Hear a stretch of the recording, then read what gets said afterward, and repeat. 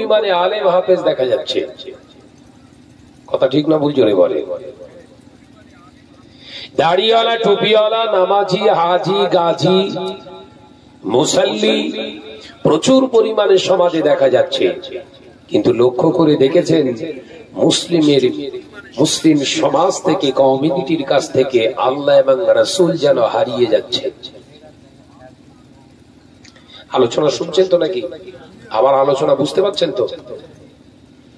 দাড়ি আছে, টুপি আছে, নামাজ আছে, রোজা আছে, হজ আছে, যাকাত আছে, খাউফিল্লাহ আল্লাহকে ভয় করনে ওয়ালা মানুষের সংখ্যা যেন আস্তে আস্তে কি হচ্ছে? কমে যাচ্ছে। দিনের পর দিন হাজি বাড়ছে। শরিয়াতের দৃষ্টিতে হজ করা অত সহজ নয়, কিন্তু এখন ঘন ঘন হাজি হচ্ছে, জানেন তো?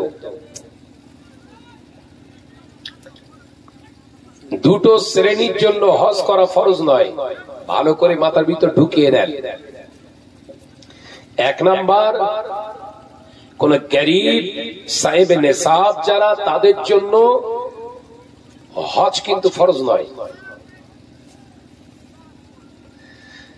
আর হারামখোর যারা মালদার, হারাম টাকা প্রচুর পরিমাণে আছে, ওর জন্য হজ ফরজ নয়। তাহলে কি বোঝা গেল? হারামের সঙ্গে ইবাদতের কোনো সম্পর্ক নেই। আলোচনা বুঝতে পারছেন তো নাকি? দুনিয়ার জমিনে ভালো কাজ করছেন, বিরাট ভালো কাজ করছেন, সমাজের লোক বিশাল প্রশংসা করছে, কিন্তু ভিতরে হারাম ঢুকে আছে। আল্লাহর সঙ্গে, রাসূলের সঙ্গে আপনার কোনো সম্পর্ক নেই। আলোচনা বুঝতে পারছেন? সমাজের বুকে সবাই আপনার প্রশংসা করবে, কিন্তু হারামের সঙ্গে আপনার ওতপ্রোত ভাবে সম্পর্ক হয়ে আছে। জানবেন, এই দুনিয়ার মানুষের বাহা করছেন, যতটুকু আপনি কাজ করছেন, এই কাজের জাযা, প্রতিদান স্বরূপ আপনি দুনিয়ায় পেয়ে যাচ্ছেন, আখিরাতে আপনি পাবেন না। দুনিয়ার জমিনে আলেমের সংখ্যা বেড়েছে, আলেম মাশাআল্লাহ প্রচুর, বিশেষ করে ঢোলা এলাকায় তো মাশাআল্লাহ আলেমের অভাব নেই। এই ঢোলা থানা এলাকায় আজকে থেকে ওয়াজে আসিনি, আমি জলসায় আসিনি, তখন আমার দাড়ি উঠিনি, তখন আমি এসেছি জলসায়। আলেম বেড়েছে সমাজে, আলেম ওলামা হাফেজ বেড়ে গিয়েছে বাবা, দাড়িওয়ালা টুপিওয়ালা বেড়ে গিয়েছে, জুব্বাওয়ালা বেড়ে গিয়েছে, হাজিওয়ালা বেড়ে গিয়েছে, মুসল্লিওয়ালা বেড়ে গিয়েছে, মসজিদ বেড়েছে, মাদ্রাসা বেড়েছে। মুসলিম সমাজে অবক্ষয়, অধঃপতনের রাস্তা কিন্তু পুক্ত হয়ে গেছে, শক্ত হয়ে গেছে। মুসলমানদের খেয়াল করে দেখো, আজ থেকে 40 বছর আগে এই ঢোলা থানা এলাকায় সুদখোর যে কটা ছিল হাতে গুনে পাওয়া যেত। এখন বাবা সুদখোর, সুদের দ্বারস্থ হয় না, এরকম মানুষকে খুঁজে হাতে গোনা পাওয়া সম্ভব নয়। সুদের সঙ্গে, হারামের সঙ্গে সম্পর্ক রাখিনি, এরকম মানুষের সংখ্যা এখন খুঁজতে হবে। আগে খুঁজতে হতো হারাম খোরকে আছে, দেখ কথা বলছেন না কেন? আলেম বেড়েছে, তার মানে তো সমাজে প্রতিকার, প্রতিরোধ আর অ্যাক্টিভিটি, আলেমদের সোহবতে পড়ে মানুষ তো ভালো হয়ে যাবে, কিন্তু উল্টো হচ্ছে তো। ওয়েস্ট বেঙ্গলের জমিনে হাজার হাজার মাদ্রাসা থেকে প্রতি বছর পাগড়ি নিচ্ছে, প্রতি বছর পাগড়ি নিয়ে দস্তারবন্দির মাধ্যমে কেউ ফাজেল, কেউ কামিল, কেউ টাইটেল, কেউ মুফতি, কেউ বা হাফেজ, কেউ বা কারি পাস করছে বাবা। প্রতি বছরে হাজার হাজার মালে মাওলানা, আলেম ওলামা মাওলানা, মুফতিদের বহিঃপ্রকাশ হচ্ছে বাবা। এই এত আলেম ওলামা শিক্ষিত মানুষ সমাজে বেরোনোর পরেও মুসলিম সমাজের দিকে খেয়াল করে দেখো, 90% মুসলমান হারামের ভিতরে জড়িয়ে গিয়েছে। এই কথা বলতে হবে আমার সঙ্গে। আল্লাহ নবী পাক জবানের একটি কল আপনাদের কাছে আমি বলেছি। আল্লাহ নবী পাক জবানে জানিয়ে দিলেন, আল উলামা ওয়ারাসাতুল আম্বিয়া, আলেম সম্প্রদায় হলো আমি নবী আমার উত্তরসূরি। আলেমদেরকে নবী ওয়ারিস বানিয়ে গেলেন। তার কারণ হলো আমি নবী আমার আদর্শ কাদর ভিতরে থাকার না থাক আমার আলেম উম্মতের ভিতরে পাবে। একবার জোরে বলুন, একবার জোরে বলে। তার মানে মুসলিম সমাজের ইঞ্জিন করে গেছে আলেমদেরকে। সুবহানাল্লাহ বলে। আর সেই ইঞ্জিনের যদি ভেতরে তার কাটা হয় বগি এগোবে তো বাপ? জোরে বলো, জোরে বলো। এই এখন অধিকাংশ সবই আলেমদের ভেতরে সব ইঞ্জিনের তার কাটা। আলোচনা মাথায় ঢুকছে? কিসের তার কাটা? আল্লাহর কোরআনের আয়াত দিয়ে আমি আপনাদের বোঝাই।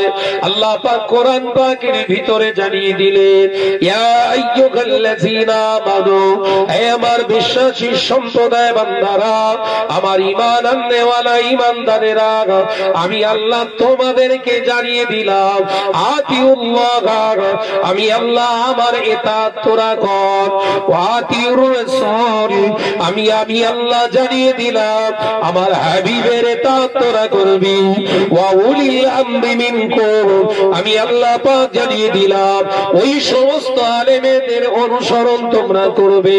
শুধু কোরআন হাদিসের জ্ঞান নিয়ে চলবে তা নয়, যে আলেমের ভিতরে আতিউল্লাহ, আমি আল্লাহ আমার ইতাআত দেখতে পাবে, ওয়া আতিউর রাসূল, আমার হাবিবের ইত্তেবায়ে সুন্নাতে নববী যার ভিতরে দেখতে পাবে, ওয়া উলিল আমরি মিনকুম, ওই আলেমের সোহবতে তোমরা যাবে। আমি আল্লাহ পাক জানিয়ে দিলাম আমি আল্লাহকে আমার হাবিবকে তোমরা পেয়ে যাবে। একবার জোরে বলে সুবহানাল্লাহ। তাহলে কোরআন হাদিসের জ্ঞান রাখলে আলেম, আল্লাহ ওয়ালা কিন্তু সবাই নয়। মাথায় ঢোকাতে পারছি না আমি। কোরআন হাদিসের জ্ঞান যদি একটা আয়াতের জ্ঞান আপনার ভিতরে আসে তাহলে আপনি একজন আলেম। আব্বাজান মেজলা হুজুর পীর কেবলা বলতেন, আমি আব্বাজান বলে ডাকতাম, আব্বাজান মেজলা হুজুর পীর কেবলা বলতেন, বাবা কেউ 1 পয়সার আলেম, কেউ 2 পয়সার আলেম, কেউ 4 পয়সার আলেম, কেউ 6 আনার আলেম, কেউ 8 আনার আলেম, কেউ আবার 12 আনার আলেম, আবার কেউ 1 টাকার আলেম। আলেম সবাই, তবে সবার কাছে গেলে কিন্তু আল্লাহ এবং রসুলকে পাওয়া যাবে না। কথা বুঝতে পারছেন? যেমন হেফজ বিভাগে ভর্তি হয়েছে ছেলেটা, পড়ুক আর না পড়ুক, নাম হয়ে গেছে হাফেজ সাহেব। বলে না? বলে না? আমার ভাইজান হুজুরের আমি আবার পাশে বসিয়ে প্রশংসা করাটাও হাদিস পাকে নিষেধ আছে। ভাইজানকে দেখেছি জীবনে, আমার লাইফে, ছোট্ট লাইফে যত হাফেজ দেখেছি, ভাইজান হচ্ছে প্রথম সারির হাফেজ। কথা বুঝতে পারছেন না? চ্যালেঞ্জ করে পীর আল্লামা সাইফুদ্দিন সিদ্দিকী রাহমাতুল্লাহ আলাইহি, পেছনে তারাবি পড়া মানুষ, বুঝতে পেরেছেন তো? চ্যালেঞ্জ করে তারাবি পড়তে পারে। আজকের ঘরের ছেলেরা আলেম হাফেজ হচ্ছে, কি পড়ছে কি বলছে ও নিজে জানে না। কথা ঠিক না? বুঝতে পারছেন? ইতিহাস নয়, হাকিকাত বলছি। নজনেরা, যুবকেরা, ছেলেরা, বাচ্চারা, পর্দার শিনা মা ও বোনেরা, মুকাম্মেল হাফেজ হতে গেলে, আল্লাহ ওয়ালা আলেম হতে গেলে শরিয়াতের প্রথম শর্ত হলো হালাল খাবার। আলোচনা বুঝতে পারছেন তো নাকি? খাঁটি আল্লাহওয়ালা আলেম হতে গেলে প্রথম আপনাকে যেটা প্রোডাকশন দিতে হবে, সার্ভিস দিতে হবে, সেটা হচ্ছে হালাল খাবার। কথা বুঝতে পারছেন না? হালাল খাবার। এই হালাল খাবারটা যখন আলেম ছোটবেলা থেকে ও খেতে শিখবে, ওই হাফেজটা কোরআন তেলাওয়াত করতে থাকবে, মুখস্থ করতে থাকবে, হেফজ করতে থাকবে। ওই হাফেজের হালাল খানার সিলায় আল্লাহর সিনাটাকে পবিত্র বানিয়ে দেবে আল্লাহ পাক। আল্লাহর কোরআন পাক, আল্লাহর হাফেজ বান্দা যদি শরীরের ভিতরের অংশটা পাক হয়ে যায়, আল্লাহ তখন ওই হাফেজকে কবুল করে নেন। জোরে বলুন, একবার জোরে বলে। হাফেজ শুধু নয়, আলেমদের ক্ষেত্রেও এক। আজকে সমাজে আমার ক্লাসে পড়া ছেলে, আমার একসঙ্গে আমরা টাইটেল পাস করেছি, বহু ছেলে তারা ওয়াজ নসিহত করতে পারে না, পাশাপাশি খোঁজ নিয়ে দেখছি তারা সে দাড়ি নামাজ কিচ্ছু নেই তাদের কাছে। এ কথা বুঝতে পারছেন? আমরা আলেম পরীক্ষা দিয়েছি ফুলফুরা টাইটেল মাদ্রাসা থেকে, টাইটেল একসঙ্গে পরীক্ষা দিয়েছি 82 জন। কতজন টাইটেল পরীক্ষা দিয়েছি আমরা?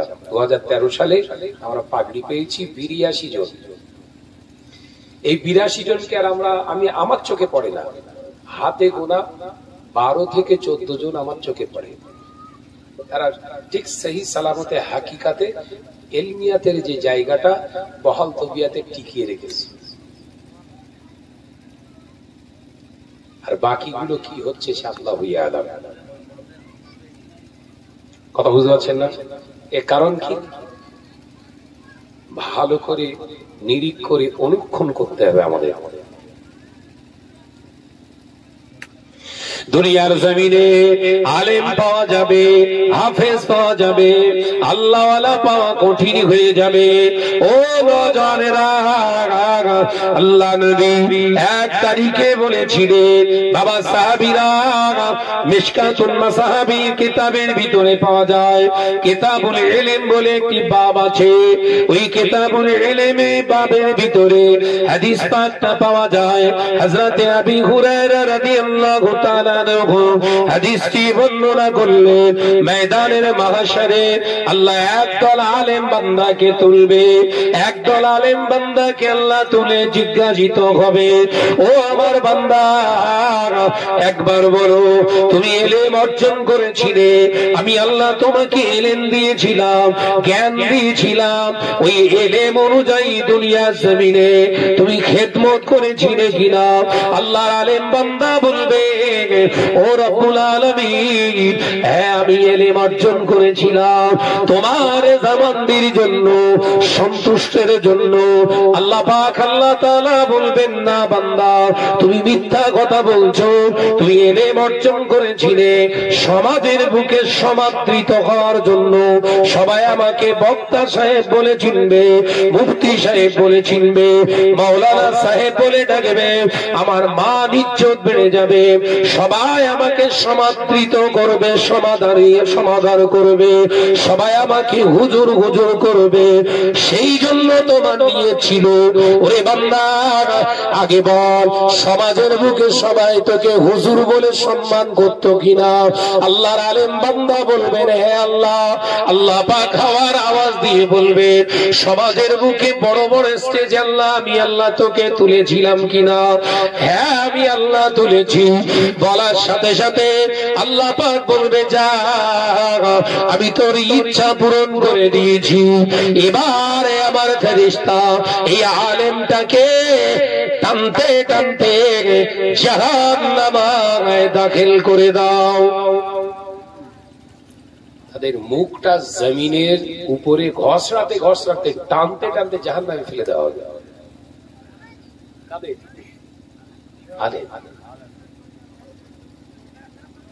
আলোচনা বুঝে এসছে তো বাপ? বুঝে লাও। আগে আলেমদের শুরু করি, কারণ হুজুররা গন্ডগোল হতো, সব গন্ডগোল। এরপরে এক শ্রেণীর দানি বান্দা বের হবে। দানি বিশাল দান ধ্যান করতো, এলাকায় একটা বিরাট একটা দানবীর বলে খ্যাত আছে, সবাই তাকে দানবীর, বিরাট একটা দাতা বলে চিনত।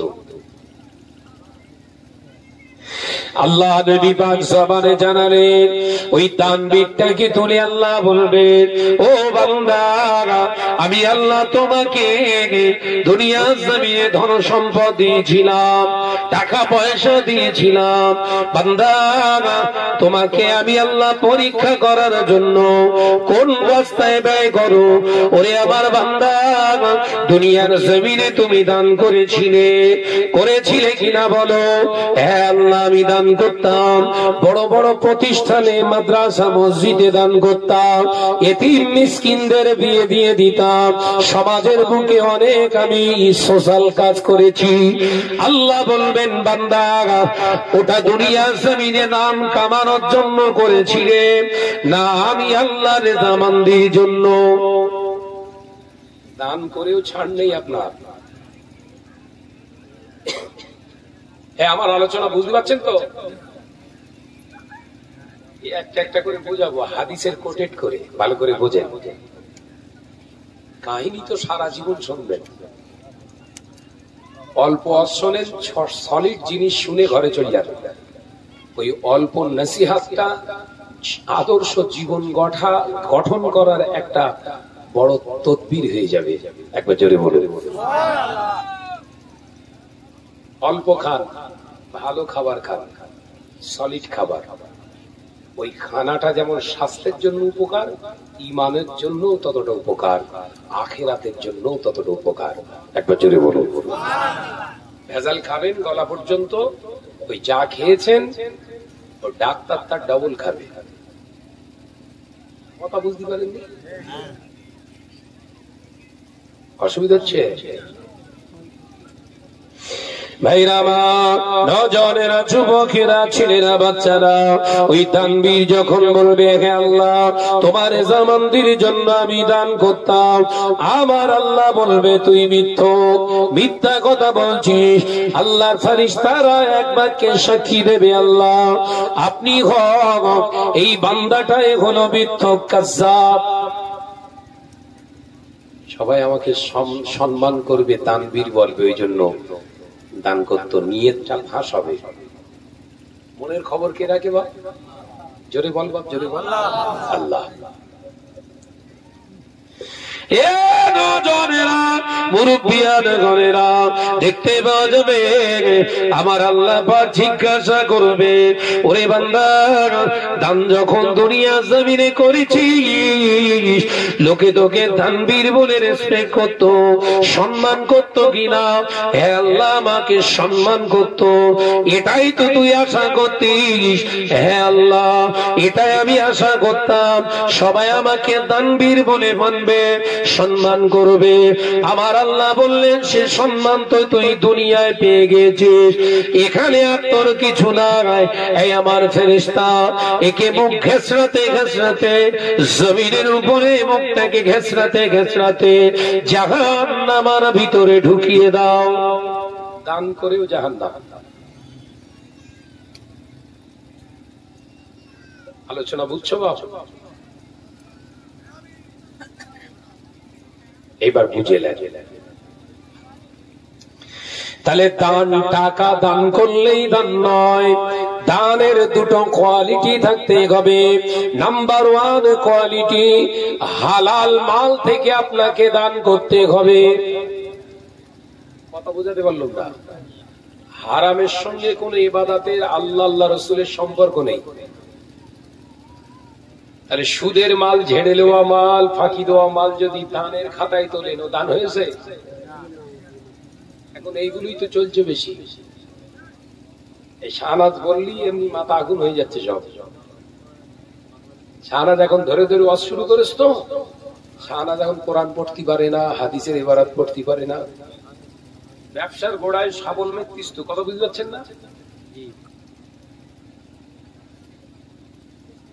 ভাইরামা নজনেরা যুবকেরা ছেলেরা বাচ্চারা পর্দানে সিনামা বোনেরা আলোচনা বুঝুন লক্ষ্মী নারায়ণপুরে মুসলমানেরা দ্বিতীয় কোয়ালিটি হলো আপনি কাকে দান করছেন আগে দেখুন ওই মানুষটা প্রকৃত পক্ষে দান নেওয়ার যোগ্য কিনা ও প্রকৃত পক্ষে দান নেওয়ার মতো অধিকার রাখে কিনা আপনি যাত্রার হাতে টাকা তুলে কিন্তু দান নয়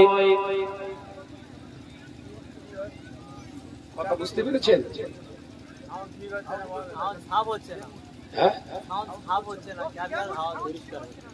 যাত্রার হাতে আপনি দান করবেন দান নয়